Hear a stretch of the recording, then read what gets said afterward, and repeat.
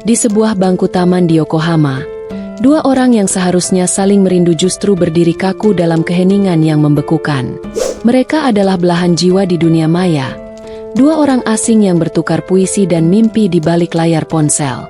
Tapi di dunia nyata, mereka adalah musuh. Seorang pekerja migran dan atasannya yang paling ditakuti. Bagaimana jika satu-satunya orang yang memahamimu adalah orang yang paling membuatmu menderita? Bisakah cinta yang lahir dari anonimitas bertahan dari benturan realitas yang kejam? Ini adalah penelusuran kisah cinta terlarang antara seorang TKI asal Cilacap di Jepang dan seorang manajer wanita Jepang, yang dipersatukan oleh algoritma namun dipisahkan oleh status dan takdir. Itulah premis yang akan kita selami lebih dalam hari ini. Assalamualaikum warahmatullahi wabarakatuh. Sebelum kita lanjutkan ceritanya, saya ingin mengucapkan terima kasih bagi Anda yang sudah subscribe channel ini, dan yang belum subscribe, silahkan di-subscribe dulu agar tidak ketinggalan cerita-cerita menarik lainnya. Pada kesempatan ini, saya akan menceritakan kepada Anda sebuah kisah lengkap tentang perjalanan Banyu, seorang pekerja keras dari Indonesia, dan Yuki, seorang manajer yang dingin di Jepang. Kisah mereka adalah bukti bahwa hati bisa menemukan jalan bahkan di tempat yang paling tidak terduga, melintasi batas budaya, bahasa, dan hierarki sosial. Mari kita mulai dari babak pertama.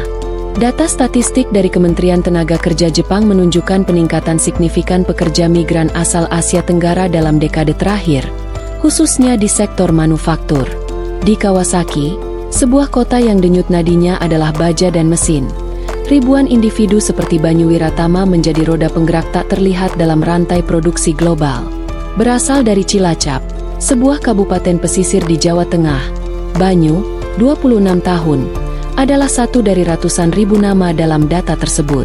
Rekaman kamera pengawas internal perusahaan, tertanggal 10 Oktober, menunjukkan Banyu berdiri tegap di depan lini perakitan. Postur tubuhnya yang kurus namun berisi tampak menegang saat Yuki Tanaka, manajer produksi berusia 30 tahun, menunjuk sebuah komponen dengan ujung penanya. Tidak ada audio, namun gestur tajam Yuki dan kepala Banyu yang sedikit tertunduk melukiskan sebuah interaksi yang familiar di lantai pabrik. Teguran keras.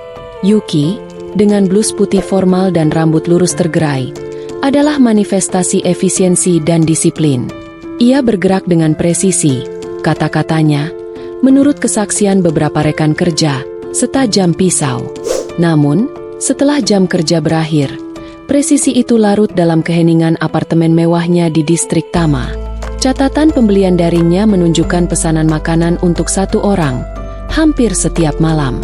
Ia adalah potret paradoks wanita karir modern di Jepang, sukses secara profesional, namun terisolasi secara personal. Di sisi lain kota, di sebuah apartemen sewaan seluas 6 tatami, Banyu melepaskan seragam birunya. Log panggilan video di ponselnya menunjukkan durasi 37 menit ke sebuah nomor di Indonesia. Dalam rekaman layar yang tersimpan, terlihat wajah seorang wanita paruh baya tersenyum dari seberang dunia. Banyu tersenyum balik, namun sorot matanya menyiratkan kelelahan yang dalam, sebuah beban yang tidak terucapkan. Ia adalah tulang punggung, sebuah jangkar harapan bagi keluarganya. Namun ia sendiri terombang-ambing di lautan sepi. Malam itu, sebuah laporan aktivitas digital mencatat dua unduhan aplikasi kencan yang hampir bersamaan dari dua lokasi berbeda di Kawasaki. Aplikasi itu bernama SoulSync, sebuah platform yang menjanjikan koneksi berdasarkan kesamaan jiwa, bukan penampilan. Dua profil baru dibuat. Satu menggunakan nama samaran, Samudra, tanpa foto, dengan bio singkat, mencari dermaga di tengah badai. Yang satu lagi, Fuyuko, yang berarti anak musim dingin, juga tanpa foto, dengan bio, menghangatkan diri di tengah salju abadi. Algoritma aplikasi, dengan logika digitalnya yang dingin, menemukan kecocokan dalam dua deskripsi puitis tersebut.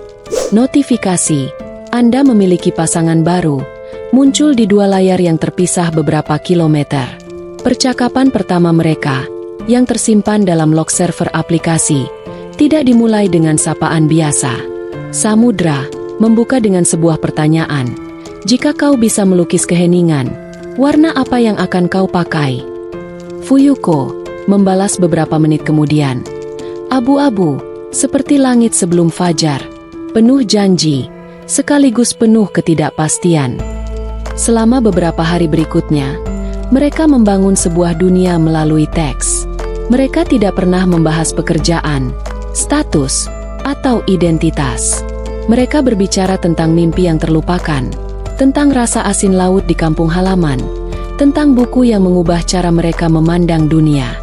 Bagi Banyu, Fuyuko adalah ruang aman di mana ia bukan sekadar pekerja nomor sekian. Bagi Yuki, samudra adalah kehangatan yang tidak pernah ia temukan dalam rapat dewan direksi atau makan malam formal. Koneksi itu tumbuh dengan cepat. Sebuah anomali digital yang terasa lebih nyata daripada kehidupan mereka yang sesungguhnya. Hingga pada suatu malam, setelah berbagi cerita tentang lagu favorit masing-masing, sebuah pesan muncul dari Fuyuko. 3 kata sederhana yang membawa beban harapan dan risiko yang luar biasa. Pesan itu berbunyi, "Aku merasa kita harus bertemu." Jawaban dari Samudra tercatat di log server 1 menit kemudian. Sebuah persetujuan singkat. Mereka memilih lokasi yang netral, sebuah titik tengah di antara dua dunia mereka yang tak terlihat. Taman Yamashita di Yokohama, dengan pemandangan pelabuhan yang luas. Hari pertemuan itu, catatan absensi menunjukkan Banyu Wiratama mengambil cuti setengah hari dengan alasan pribadi. Sebuah tindakan langka menurut manajer personalia. Yuki Tanaka meninggalkan kantor tepat waktu. Sebuah anomali lain yang tercatat dalam log keluar masuk gedung. Keduanya berjalan menuju titik pertemuan dengan beban ekspektasi yang berbeda. Sebuah rekaman dari kamera keamanan publik yang menghadap ke taman menunjukkan seorang pria muda berjaket hoodie duduk gelisah di bangku yang menghadap ke laut. Beberapa menit kemudian, seorang wanita dengan mantel panjang yang elegan berjalan mendekat. Analisis visual mengonfirmasi identitas mereka. Banyu berdiri saat Yuki mendekat. Selama 7 detik yang terasa panjang, tidak ada yang bergerak atau berbicara. Tidak ada senyum pengenalan, hanya kebekuan syok yang total. Kamera menangkap ekspresi Yuki yang berubah dari antisipasi menjadi kekecewaan dingin, lalu menjadi topeng profesional yang kaku. Tanpa sepatah kata pun, ia berbalik dan berjalan pergi dengan langkah cepat.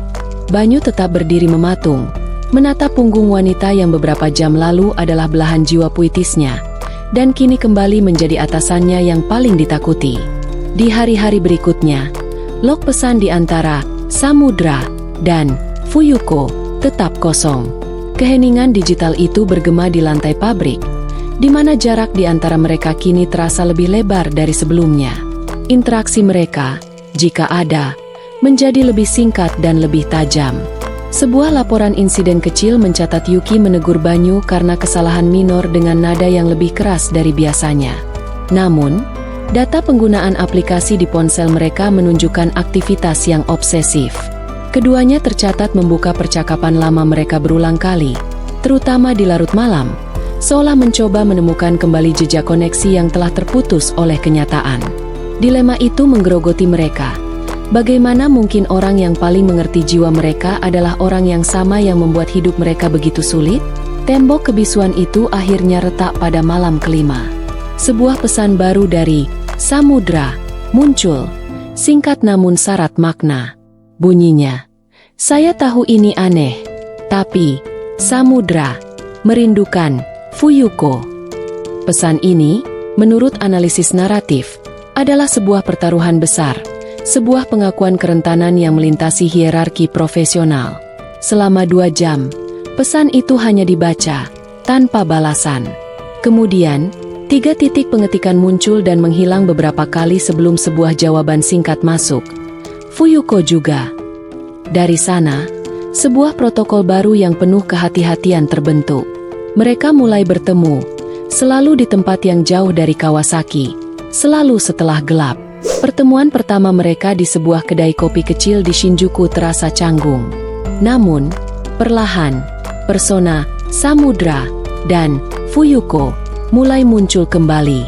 Setiap pertemuan rahasia adalah sebuah pelanggaran aturan tak tertulis, sebuah risiko yang memacu adrenalin.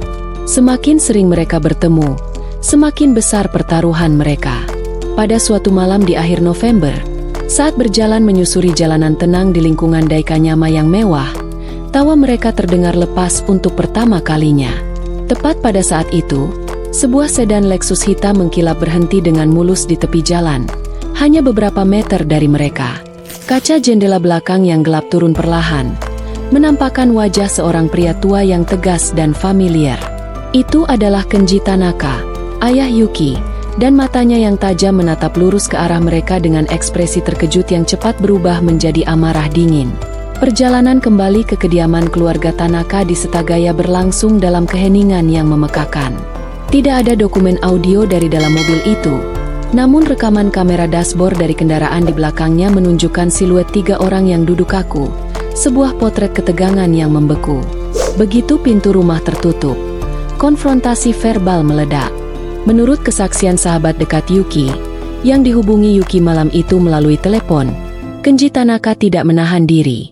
Ia melontarkan serangkaian hinaan yang menargetkan status Banyu sebagai pekerja pabrik, asal-usulnya sebagai orang asing dari negara berkembang, hingga perbedaan budaya dan agama yang dianggapnya sebagai jurang yang tidak dapat dijembatani. Argumennya berpusat pada satu konsep fundamental, kehormatan keluarga.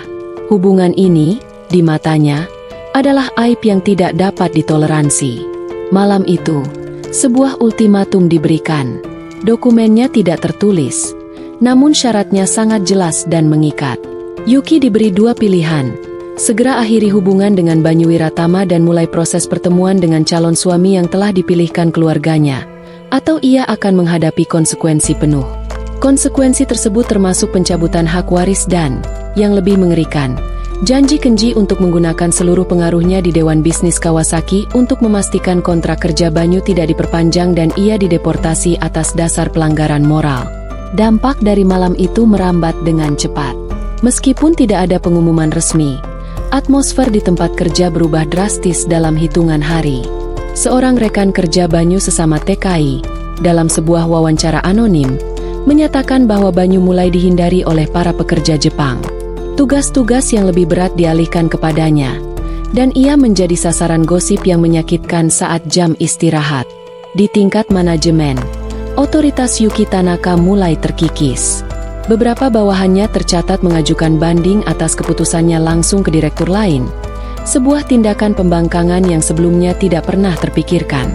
Reputasinya sebagai manajer yang tegas kini dibayangi oleh skandal personalnya. Tekanan dari segala arah, keluarga, pekerjaan, dan lingkungan sosial, mulai membebani hubungan mereka. Pertemuan rahasia mereka kini tidak lagi dipenuhi tawa, melainkan kecemasan dan perdebatan sengit. Log pesan mereka menunjukkan frekuensi pertengkaran yang meningkat, seringkali dipicu oleh hal-hal kecil yang merupakan manifestasi dari stres yang lebih besar. Puncaknya terjadi di apartemen sempit Banyu, sebuah ruang yang dulu menjadi saksi bisu awal mula kedekatan mereka. Ruangan itu kini terasa sesak oleh ketakutan dan keputusasaan. Mereka saling menyalahkan, bukan karena kebencian, tetapi karena frustrasi. Banyu menuduh Yuki tidak cukup kuat melawan keluarganya. Yuki menuduh Banyu tidak mengerti besarnya pengorbanan yang dipertaruhkan. Pertengkaran itu, yang terekam dalam ingatan keduanya sebagai momen paling menyakitkan, berakhir ketika Banyu mengajukan sebuah pertanyaan putus asa yang menggantung di udara. Ia bertanya, apakah kita akan menyerah begitu saja? Yuki menatapnya. Wajahnya basah oleh air mata yang tidak bisa lagi ia tahan. Kamera imajiner dalam dokumentasi ini akan menangkap momen kehancuran total di matanya saat ia mengucapkan kata-kata yang menyegel nasib mereka. Dengan suara bergetar, ia berkata, "Mungkin ini memang tidak mungkin." Ia kemudian berbalik, membuka pintu, dan berjalan keluar, meninggalkan Banyu dalam keheningan yang lebih memekakan daripada suara mesin pabrik manapun. Periode setelah perpisahan mereka tercatat sebagai serangkaian hari yang kosong dan repetitif. Jadwal kerja Banyu Wiratama kembali menjadi satu-satunya struktur dalam hidupnya. Riwayat pencarian di peramban komputernya menunjukkan penelusuran intensif mengenai harga tiket pesawat sekali jalan dari Tokyo ke Jakarta. Ia secara aktif mempertimbangkan untuk menyerah, mengakhiri kontraknya lebih awal, dan kembali ke Cilacap. Di sisi lain, agenda Yuki Tanaka terisi dengan serangkaian pertemuan formal. Sebuah foto dari ponsel salah satu kerabat menunjukkan Yuki duduk di sebuah restoran mewah, berhadapan dengan seorang pria muda yang tampak cocok dari keluarga terpandang. Ekspresi Yuki dalam foto itu sopan, namun tatapan matanya kosong. Ia menjalankan peran sebagai anak yang patuh, tetapi jiwanya absen dari prosesi tersebut. Titik balik bagi Banyu terekam dalam sebuah panggilan video berdurasi 22 menit ke kampung halamannya. Di layar, wajah ibunya tampak khawatir. Setelah mendengarkan cerita putusnya dengan hati-hati, wanita itu tidak menawarkan simpati yang berlebihan. Ia hanya memberikan satu kalimat nasihat. Sebuah kalimat yang terekam oleh aplikasi perekam layar Banyu dan kemudian berulang kali ia putar kembali. Kebahagiaan itu diperjuangkan, Le, kata ibunya dengan suara tenang. Bukan ditunggu. Kata-kata sederhana itu berfungsi sebagai katalis, mengubah perspektif Banyu dari kepasrahan menjadi perlawanan. Momen pencerahan Yuki terjadi dalam sebuah acara makan malam perjodohan yang lebih resmi, yang dihadiri oleh kedua keluarga. Di tengah suasana yang penuh etiket dan basa-basi, saat ayahnya mulai membahas rencana masa depan, Yuki dengan tenang meletakkan sumpitnya. Menurut penuturan saksi mata yang hadir di meja itu, Yuki membungkuk hormat kepada keluarga calon suaminya. Lalu dengan suara yang jelas dan tanpa getar, ia menolak lamaran tersebut. Ia menyatakan tidak bisa melanjutkan sesuatu yang didasari oleh ketidakjujuran terhadap perasaannya sendiri. Tindakan ini, dalam konteks budaya mereka, adalah sebuah tindakan pemberontakan yang luar biasa. Ia tidak lagi menentang ayahnya secara diam-diam. Ia melakukannya secara terbuka. Malam itu, log aktivitas printernya di rumah menunjukkan pencetakan lebih dari 100 halaman dokumen. Dokumen itu adalah riwayat lengkap percakapannya dengan Samudra, dari sapaan pertama hingga pesan terakhir sebelum pertemuan mereka. Lembar-lembar kertas itu bukan sekadar nostalgia. Itu adalah bukti fisik dari koneksi yang ia yakini nyata, sebuah manifesto pribadi yang ia siapkan untuk pertempuran terakhirnya. Sementara itu, Banyu, yang telah membuka situs maskapai penerbangan untuk melakukan pembelian final, tiba-tiba menutup laptopnya. Ia tidak akan lari. Menyerah berarti memvalidasi semua hinaan Kenji Tanaka, mengakui bahwa nilainya memang serendah yang dituduhkan. Ia memutuskan untuk tinggal dan berjuang, setidaknya untuk kehormatannya sendiri. Beberapa hari kemudian, kamera keamanan di koridor apartemen Banyu merekam kedatangan seorang pengunjung tak terduga. Yuki Tanaka berdiri di depan pintunya, tidak mengenakan pakaian kantor yang kaku, melainkan sweater sederhana. Ia tidak membawa tas tangan mewah, hanya sebuah tumpukan kertas tebal yang dipegangnya erat di dada. Ketika Banyu membuka pintu dengan ekspresi terkejut, Yuki tidak membuang waktu untuk basa-basi. Ia menyodorkan tumpukan kertas itu ke arah Banyu, hasil cetak percakapan mereka. "Ini adalah siapa kita sebenarnya," katanya, suaranya mantap dan penuh keyakinan. "Dan aku tidak akan membiarkan ayahku atau siapapun merusaknya." Ia menatap lurus ke mata Banyu. Tatapannya tidak menyisakan ruang untuk keraguan. "Maukah kamu berjuang bersamaku?" Pertemuan terakhir itu dijadwalkan. Dokumentasi peristiwa ini tidak memiliki rekaman video, hanya kesaksian lisan dari para pihak yang terlibat. Banyu dan Yuki tiba di kediaman keluarga Tanaka bersama-sama, sebuah tindakan yang dengan sendirinya merupakan pernyataan yang kuat. Mereka disambut oleh Kenji Tanaka di sebuah ruangan formal dengan meja rendah. Suasana tegang dan berat. Sebelum Kenji sempat memulai apa yang diperkirakan akan menjadi ceramah terakhirnya, Yuki meletakkan tumpukan tebal kertas, salinan percakapan, Samudra, dan Fuyuko di atas meja di antara mereka. Ia tidak meninggikan suaranya. Dengan nada tenang yang belum pernah ia gunakan sebelumnya kepada ayahnya, ia memintanya untuk membaca. "Saya tidak meminta ayah untuk menyetujui," katanya, menurut transkrip ingatan Yuki. "Saya hanya meminta ayah untuk melihat pria yang telah menyelamatkan saya dari kesepian, bukan pekerja pabrik yang ayah lihat." Saat Kenji mulai membolak-balik halaman pertama dengan enggan, Banyu Wiratama angkat bicara. Menggunakan bahasa Jepang yang dipelajarinya dengan susah payah. Bahasanya tidak sempurna namun ketulusannya tidak terbantahkan. Ia membungkuk dalam-dalam. Ia tidak meminta maaf atas perasaannya, juga tidak memohon restu. Ia hanya membuat satu janji. Ia berjanji akan mendedikasikan hidupnya untuk memastikan Yuki tidak pernah kehilangan senyumnya, dan bahwa ia akan bekerja 2 kali lebih keras untuk membuktikan bahwa ia layak menjaga kehormatan putri tunggalnya. Terjadi keheningan yang panjang setelah Banyu selesai berbicara. Kenji menatap tumpukan kertas itu, lalu menatap wajah putrinya yang menunjukkan tekad yang tak tergoyahkan, dan terakhir, menatap mata Banyu yang menunjukkan rasa hormat tanpa rasa takut. Tidak ada momen dramatis pengakuan atau pelukan. Perubahan itu jauh lebih halus. Kenji Tanaka menghela napas panjang, sebuah suara yang seolah melepaskan beban bertahun-tahun tradisi. Ia menatap mereka berdua, dan untuk pertama kalinya, tatapannya tidak lagi mengandung kemarahan, melainkan kelelahan dan mungkin sedikit pemahaman. Ia hanya mengucapkan 4 kata yang menandai akhir dari pertempuran mereka. "Jalan kalian akan sulit," katanya pelan. Itu bukanlah sebuah persetujuan, tapi juga bukan lagi sebuah penolakan. Itu adalah sebuah pengakuan atas kenyataan.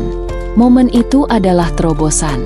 Dokumentasi selanjutnya dari kehidupan mereka menunjukkan serangkaian perubahan. Sebuah rekaman panggilan video menunjukkan layar laptop di apartemen Banyu, menampilkan belasan wajah ceria dan riuh dari Cilacap. Keluarga Banyu, dengan segala kebisingan dan kehangatan mereka, menyambut Yuki seolah ia sudah menjadi bagian dari mereka. Foto-foto lain menunjukkan Banyu dan Yuki di dapur kecil mereka, tertawa saat mencoba memadukan resep rendang dan nikujaga. Bahkan ada satu foto candid yang diambil oleh Yuki, menunjukkan ayahnya duduk canggung di meja makan mereka saat kunjungan singkat, menerima secangkir teh yang disajikan oleh Banyu. Adegan penutup dari narasi investigatif ini terjadi pada musim semi berikutnya. Di bawah kanopi merah muda pucat dari bunga sakura yang sedang mekar penuh di Taman Ueno, Banyu dan Yuki berjalan bergandengan tangan. Tidak ada lagi pertemuan rahasia. Tidak ada lagi pandangan yang waspada. Mereka berjalan di antara kerumunan. Sama seperti pasangan lainnya, wajah mereka diterangi oleh matahari sore dan kebahagiaan yang telah mereka perjuangkan dengan gigih. Kisah mereka bukanlah dongeng. Jalan di depan mereka masih panjang, penuh tantangan budaya dan sosial. Namun, mereka telah membuktikan satu hal, bahwa di balik label, pangkat, dan negara, ada hati manusia yang berdetak dalam ritme yang sama. Dan terkadang, untuk menemukan rumah, kita hanya perlu keberanian untuk menyeberangi garis takdir yang kita kira memisahkan kita. Dan begitulah akhir dari kisah Banyu dan Yuki. Mereka berhasil melewati badai, berjalan bergandengan tangan di bawah bunga sakura, tidak lagi sebagai rahasia, melainkan sebagai bukti nyata dari perjuangan mereka. Hikmah utama dari cerita ini sangatlah dalam. Cinta sejati tidak pernah memandang label, status pekerjaan, atau dari negara mana kita berasal. Ia melihat langsung ke dalam jiwa, menemukan kemanusiaan yang ada di balik semua perbedaan. Perlu diingat bahwa kisah ini adalah sebuah karya fiksi, namun dirangkai serealistis mungkin agar kita semua bisa memetik pelajaran berharga di dalamnya. Terima kasih yang tulus saya ucapkan kepada kalian semua yang sudah setia menonton dan menyimak cerita ini sampai akhir. Pelajaran apa yang paling menyentuh kalian dari kisah Banyu dan Yuki? Tuliskan pendapat kalian di kolom komentar di bawah. Jangan lupa juga untuk tekan tombol like jika Anda suka ceritanya, dan subscribe agar kita bisa terus berbagi kisah-kisah inspiratif lainnya. Sampai jumpa di cerita berikutnya.